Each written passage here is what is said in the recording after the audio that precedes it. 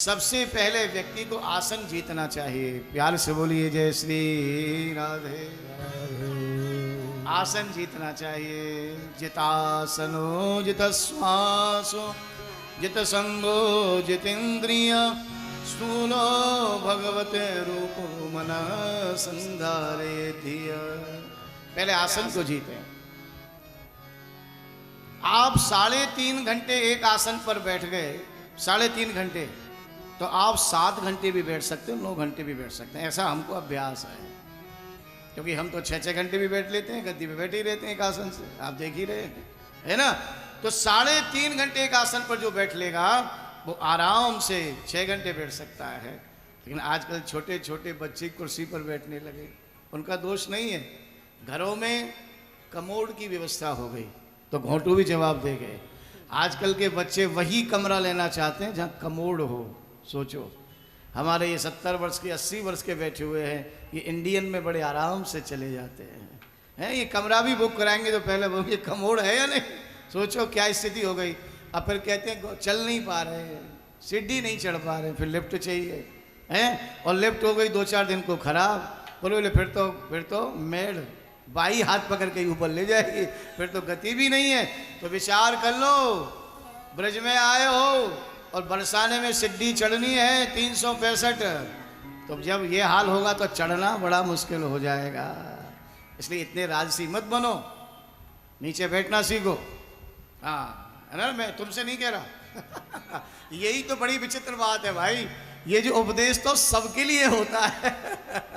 व्यक्ति सोचता है ये मुझसे ही कह रहे हैं, नहीं, हम तो आपके भले की कह रहे हैं। अच्छा है किसी के जीवन में उतर जाए तो बहुत अच्छी बात है, क्योंकि हम लोग भी नीचे बैठ के ही भगवत कृपा से कथा सुनते हैं, भजन करते हैं, बन जाता है। तो हाँ, जिनके बेचारे वृद्ध हो गए हैं उनको कोई बात नहीं, और कुर्सी पर बैठे। लेकिन जवानों को नहीं बैठना चाहिए।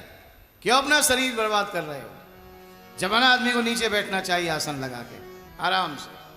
जो असहाय हो गए हैं, जो चलने में असमर्थ हो गए, उनके लिए तो जितासना, सबसे पहले आसन को जीते हैं। जित श्वासो, श्वास को जीते प्राणायाम के द्वारा।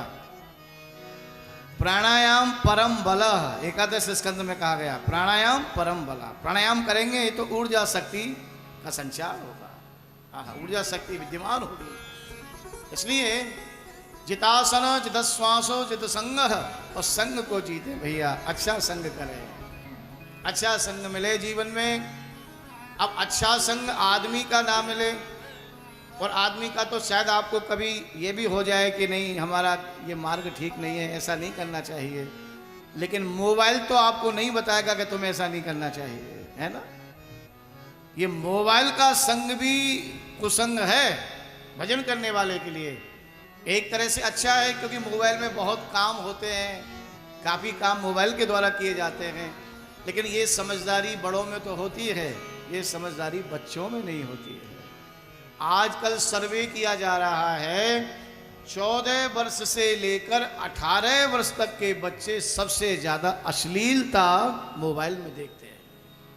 ये मैं नहीं कह रहा, ये आज तक चैनल ने सब बताया है विश्लेषण करके। और उसका कारण क्या बन रहा है, बच्चों की पढ़ाई भी जा रही है। अरे कोई कोरोना काल आया, उस समय आवश्यकता हो गई कि ऑनलाइन पढ़ने वाली, अब वो समय निकल गया। लेकिन ऐसी लत लगा दी। अब माताएं भी सोचती हैं, अब माता स्वयं बात कर रही है, अब उसके पास फ़ोन आ गया, वो सोचती है अगर मुझे तो बात करनी है अपनी सहेली से, और ये बच्चा भी बार बार रोएगा तो वो मोबाइल उसको और पकड़ा देती है। बोले तू इस मोबाइल में लग जा, मैं इस मोबाइल में लग जाती हूँ। ये घर की स्थिति हो रही है आजकल। छोटा बच्चे को जब आप मोबाइल दे दोगे, हैं, आजकल हमको इतने फंक्शन नहीं आते जितने छोटे छोटे बच्चों को फंक्शन आते हैं, है ना। तो जित संग, ये मोबाइल वाला संग तो बहुत ही दूषित है मेरे भाई बहन। बालकों से बचाना चाहिए, प्रयास करना चाहिए माताओं को। बहुत जल्दी आंख खराब हो जाएंगी, और जब बालक इसको पास में लेके सो भी जाता है तो दिमाग भी काम करना बंद कर देता है। इसलिए स्मरण शक्ति बहुत जल्दी जा रही है आजकल। पत्नी पति से कहती है आज ये सामान लेके आना, और जो पति शाम को आता है अरे मैं तो भूल गया, फिर दूसरे दिन कहती है अरे ये सामान ले आना, अरे मैं तो फिर भूल गया। लो, माने दिमाग जो है अब काम नहीं कर रहा ज्यादा। तो अच्छा संग करें, इंद्रियों का दमन करें। इंद्रियों के अधिष्ठात्री देव का नाम है मन। और ये मनीराम बड़ा चंचल है महाराज, है गीता के 6वें अध्याय का 34वां श्लोक, चंचलम ही मन कृष्ण प्रमादी बलभद्रम।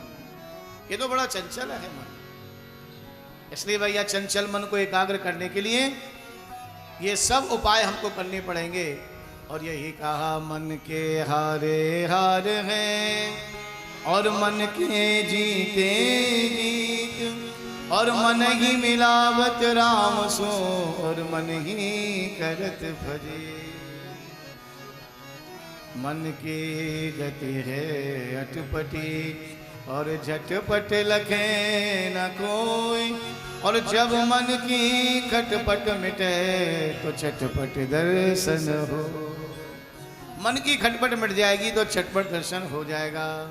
इसलिए कहा देखना इंद्रियों के न घोड़े भगे, इनमें हरदम ये संयम के घोड़े लगे। अपने रथ को सुमार्ग लगाते चलो, कृष्ण गोविंद गोपाल गाते चलो। देखना इंद्रियों के ना घोड़े भगे। ये इंद्रियां इतनी चंचल है महाराज, इनको संतुष्ट करना बड़ा कठिन है।